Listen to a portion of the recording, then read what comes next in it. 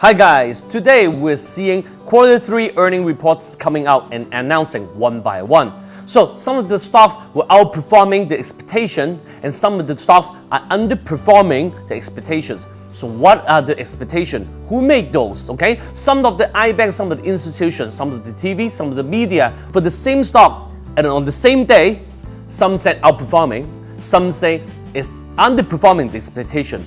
So as an amateur, I'm really scratching my head. I don't understand which one to follow, and I do not have a measurement and I do not have a ruler myself, so I have to follow. And in the end, I always follow the wrong one.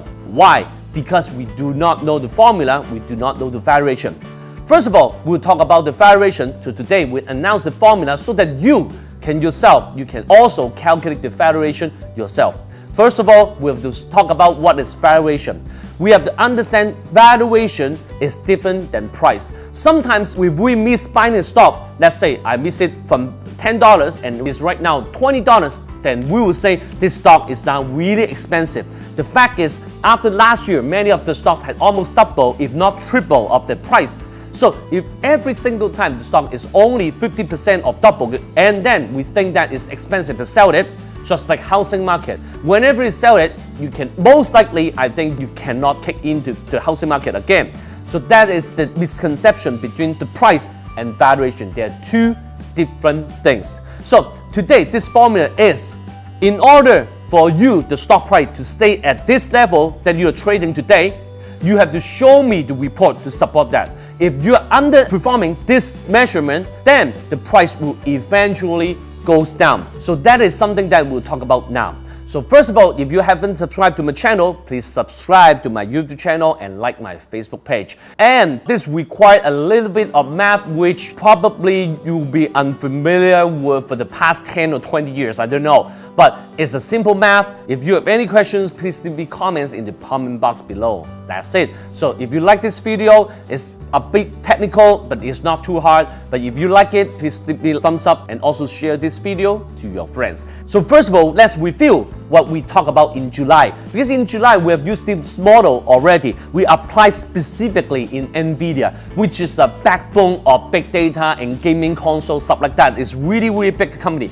And at that time, people say that, oh, it's almost double and triple of the price right now. It's too expensive, right? I say no, because this is not the answer. I said no, not that I know that it's undervalued or overvalued. I'm saying that no, wait until we do the homework, okay? So at that time, we said NVIDIA, we talk about the announcement day, what we expect, the anticipation and the expectation. And in the end, it's outperforming our expectation, right? So right now, you see at that time, the historic high is only $170, okay? It's now tested $208 per share, okay? It's only 3 months, okay? So right now, technically, if you have followed the analysis and you have been investing, not speculating, okay? Invested in this stock. Right now, technically, if it drops below $185, you can cut your profit, okay?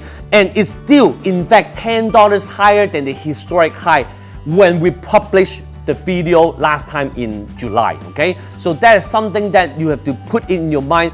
Price and valuation are two different things, okay? So now, let's kick into the topic. So there are a few constraints that we have to understand. First of all, if the index is doing poorly, for example, they're earning less, then the stock market will not doing good and the stocks are not doing good.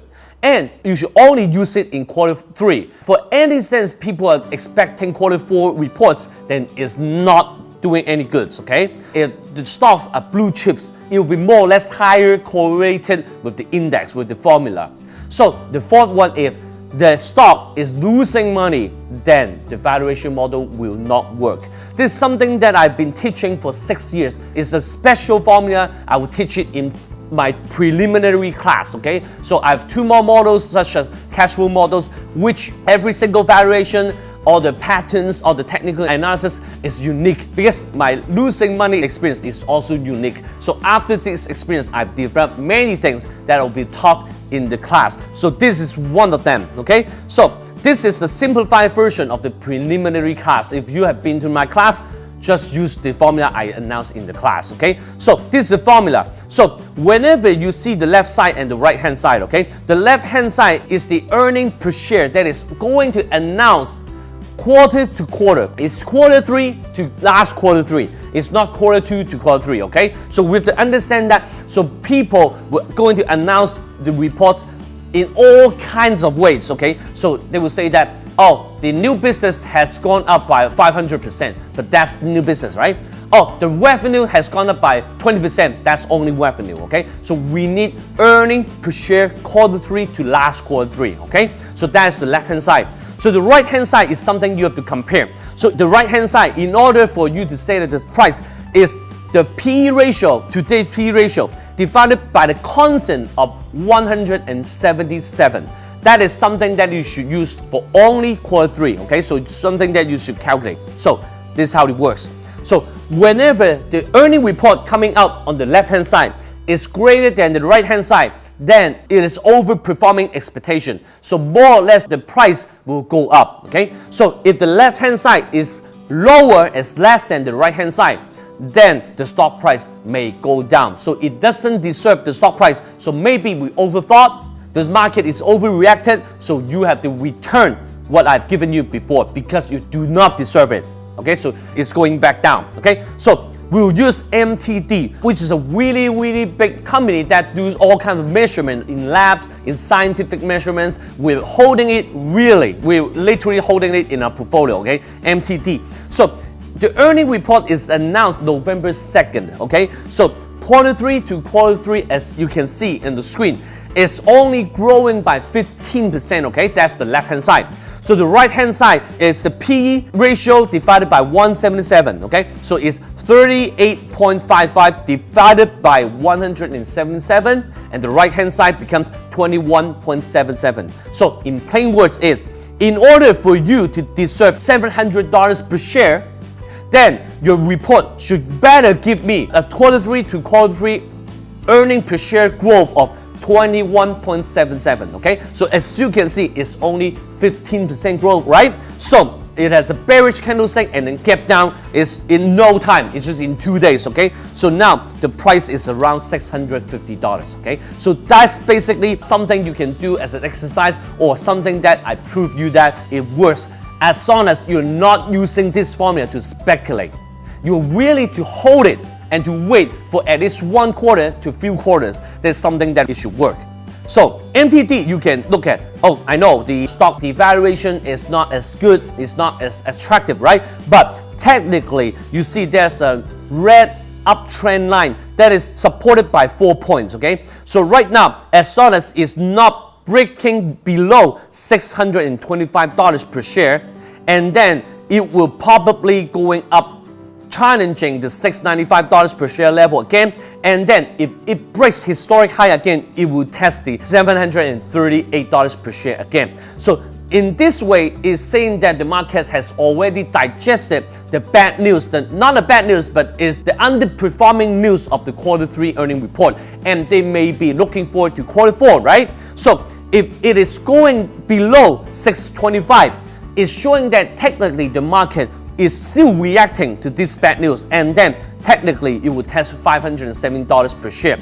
If in that case, if you haven't bought MTD, you can try buying it at 625 level, or if it breaks below that, you can wait until $570 and invest it again. So the second company, I've talked about it in July, which is the earning report of quarter 2. If you have listened to me, Home Depot, you have been profiting from it again. So at that time, people say that, oh, Home Depot, MTD has been going up a lot, right? And Nvidia, okay? So basically, again, it's not about the price.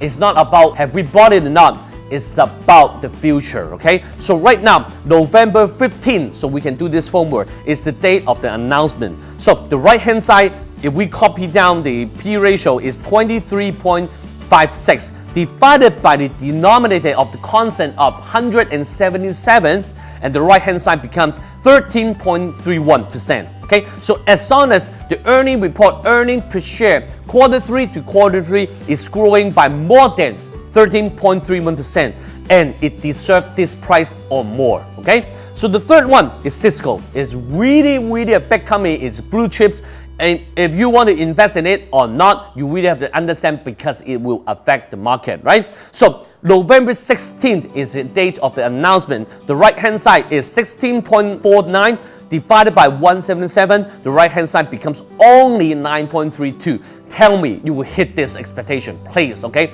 So at that day, you look at if the left hand side will be greater than that. If not, it will not deserve the price of $34 per share right now. So it will come back down. So right now, technically, we can look at that. So right now, you can see a triple top of $34.6, okay? So if it breaks above, probably the earning report is more than 9.32%, right? So it will hit $38.6 per share, probably, okay?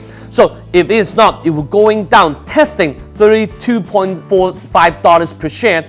That's probably the earning report is not doing good. If it's doing really badly, maybe it will break below that and it will test even $30.50. So that is basically you have to merge the valuation with fundamental with technical analysis. That is something that I always use. You will never belong to any party. You will never limit yourself to any signal or any analysis. Any cat can hatch mice. It's good cat, okay? So I look forward to your homework. So if you have done your homework, please leave me comments in the comment box below. So you, each other, and myself can also do some homework and we can back check and we can double check your answers. If you have any questions about math or this formula, you can also leave me comments. But not to forget, give me a thumbs up and share this video to your friends. Investing make easy. I'll see you next time. Goodbye.